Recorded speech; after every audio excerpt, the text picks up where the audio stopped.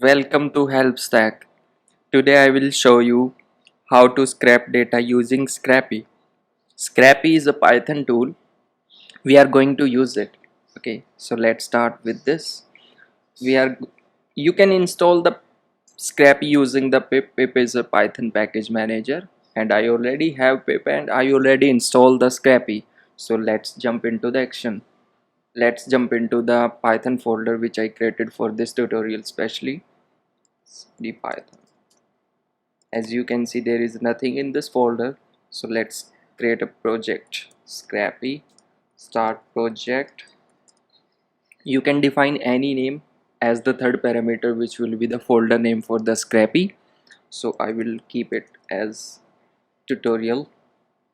As you can see, the project is created with the name tutorial. Let's move to this project. As you can see, there is one folder and one file. Let me show you. As you guys can see, there are few file and folder items, middleware, pipeline settings. In the settings file, we can define like proxy list, user agents, and many other things. So I will make you go through this file later on. In the pipeline file, we can define it. It will behave like a pipeline between the source and between the database. Okay, like the Scrappy project and the source where we are going to save the data. Okay, so let's open the Spider folder. Right now you can see there is a basic file, and we are going to create Spider file inside this folder. Okay, let me add this whole project inside the VS Code. I will add the folder from here.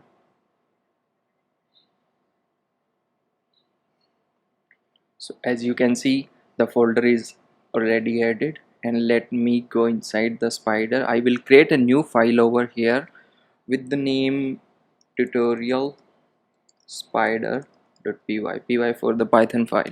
Okay, so I will import the Scrappy package inside this file. Okay, now let's create a class. I will keep it name as tutorial spider. Scrappy.spider. I did a mistake. So please make sure you are following all the rule of the indentation in the Python, otherwise you will get an error. So let's define name of this board. So I will keep it as tutorial. I did mistake. Okay, so after that we have to define the start URL, from which URL we want to scrap the data. So start URL variable will contain an array, but I will define a single URL. Okay, it is an array. I already open a web page which contain the data, the company's data. They are providing the industrial supplier data. Okay, as you can see, I will simply copy this URL and I will paste it over here. Okay, you can keep as many as URL you want, but for now I will keep a single URL and we will scrap the data from that list. After that, I am going to define custom setting to save the data which we will scrap from the page. Okay, so in the custom setting I will define the feed path where the data will be saved. Custom settings,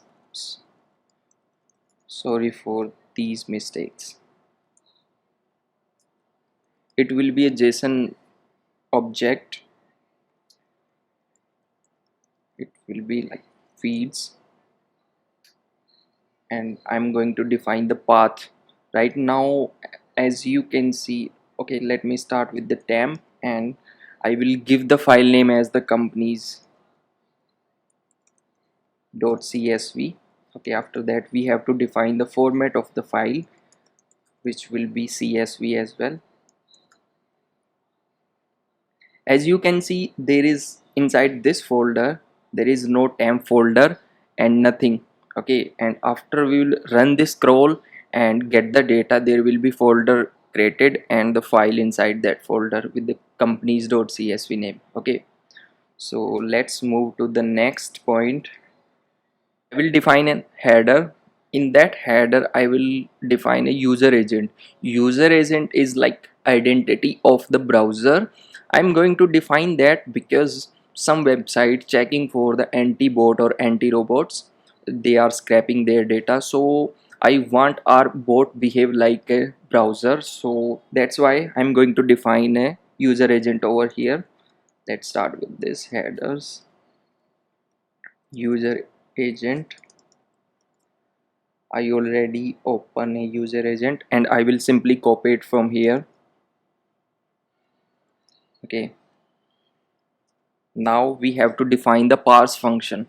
Parse function will be responsible to parse the data from that particular page which we define in this array. Okay, so define a function. This function name will be remain same and it is predefined, so we have to pass two parameter inside this, self and response. Okay, in this response parameter we are getting the data, basically whatever will be passed through this function, and we have to extract data from this response. So let me show you on that page. For example, we have whole page data and we just want to scrap the company names over here, just like that, the sk automation, assured automation. So we have to check in which tag this data is combined and which tag is contained this. So I already open the developer mode, and as you can see the anchor tag is containing the company name, as you can see over here.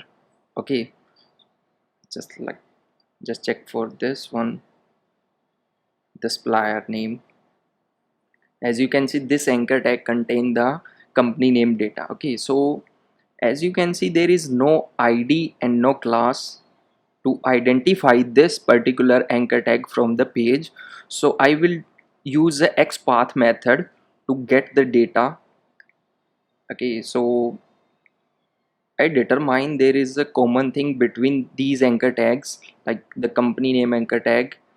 As you can see the supplier, this name is common between the url and the anchor tags for the company names supplier, so I will target this supplier name to extract the data. So let's define a variable companies and we got response, and from this response we are going to get the xpath.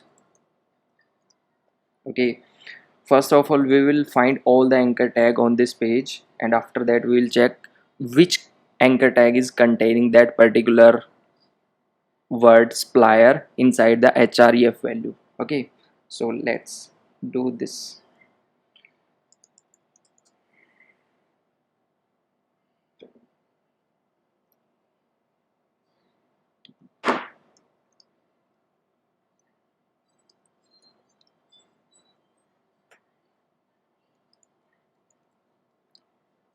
The name was the supplier, so I will copy this as it is. I keep forward and backward slash because the supplier name could be anywhere else, so we want to target the exact name, and from this I will extract the text of that anchor tag and let's extract it. Okay, so now we have the arrays of the company names, so I will loop through it. I will run for loop in the Python, I for the indexing, and I will keep the company's name as company.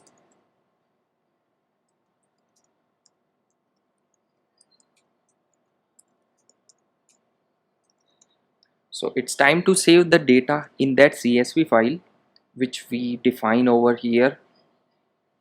Okay, let's start. It will be in JSON format string. So I will define serial as the indexing number.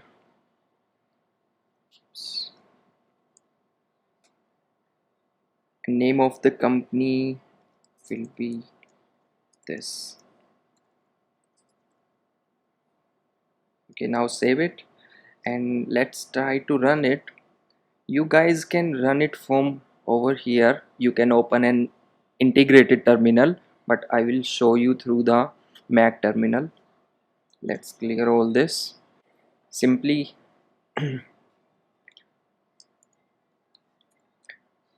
I will write basic command to crawl the page and get the data. Scrappy crawl, and we have to define the bot name over here, which we write over here. Just copy this, paste and enter.